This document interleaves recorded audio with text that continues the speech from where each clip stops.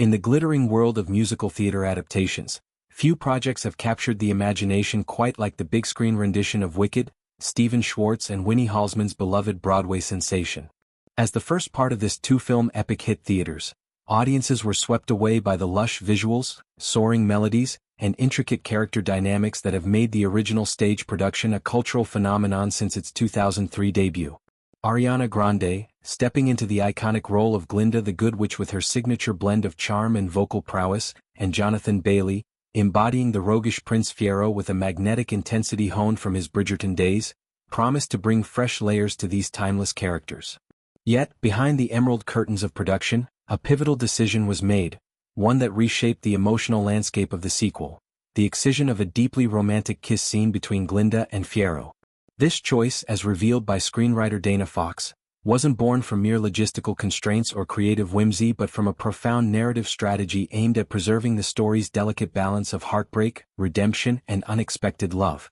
Dana Fox, one of the key architects behind the film's script alongside Winnie Halsman, opened up about this bold cut in a candid interview, shedding light on the intricate deliberations that unfold in the editing room of a high-stakes adaptation. There was a scene between Fiyero and Glinda that we cut in which they kissed.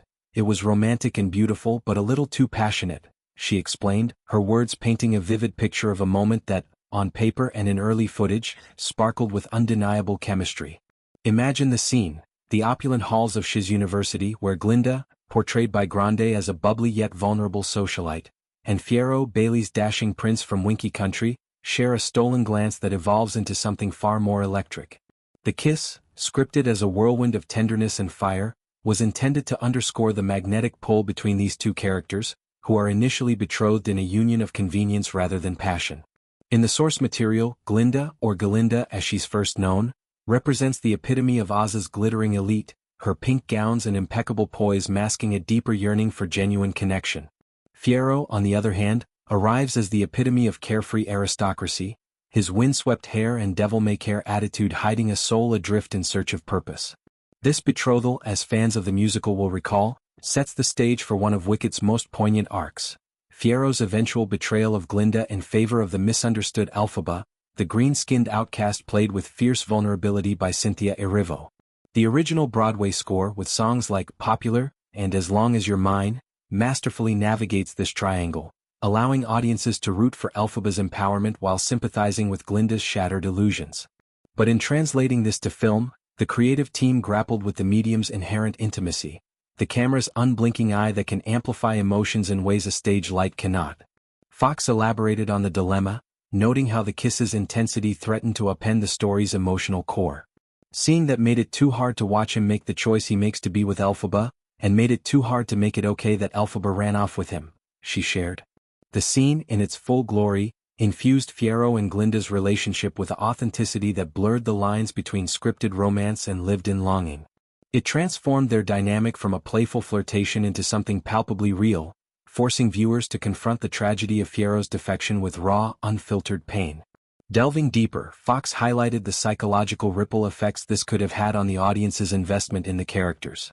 It was too real that he and Glinda were actually feeling something together, she continued, emphasizing that while Fiyero undoubtedly cares for Glinda, evident in his protective gestures and shared laughs, their bond is one of admiration and friendship, not the all-consuming love he discovers with Elphaba. The kiss, however, risked rewriting that nuance, planting seeds of doubt that could alienate viewers from the narrative's triumphant resolution. In Wicked's lore, Fiyero's choice to follow Elphaba isn't just a romantic pivot. It's a profound act of moral awakening, a rejection of societal norms in favor of empathy and justice.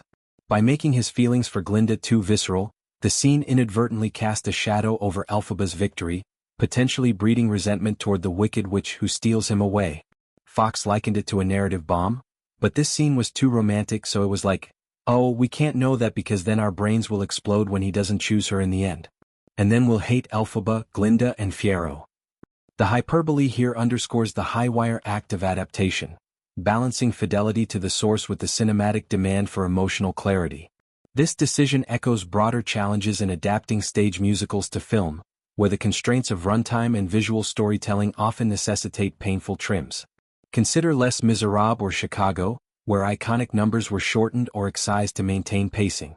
In Wicked's case, director John M. Chu and his team faced the Herculean task of condensing a sprawling two-act musical into a digestible 2-hour feature, all while setting up the sequel's deeper dives into Oz's political underbelly.